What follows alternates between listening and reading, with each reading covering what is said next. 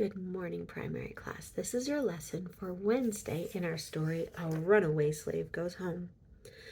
Paul had met a heathen slave named Onesimus, but he had changed after Paul told him about Jesus.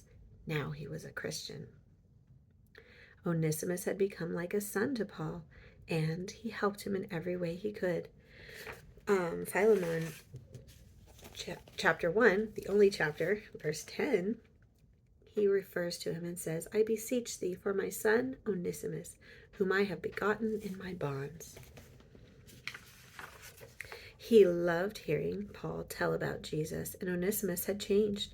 He was no longer the dirty, ragged, hungry person he had been when he first met Paul. Onesimus's thinking had changed too. He was sorry for the wrong things that he had done. He was sorry that he had stolen from his master, and he was sorry that he had run away from him.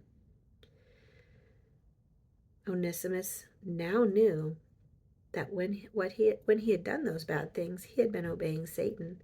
But when he gave his heart to Jesus and learned the 10 Commandments, he didn't want to obey Satan anymore. He wanted to obey Jesus.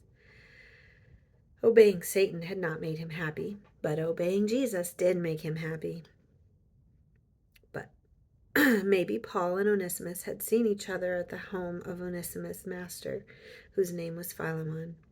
Paul had taught Philemon about Jesus, and he had become a Christian.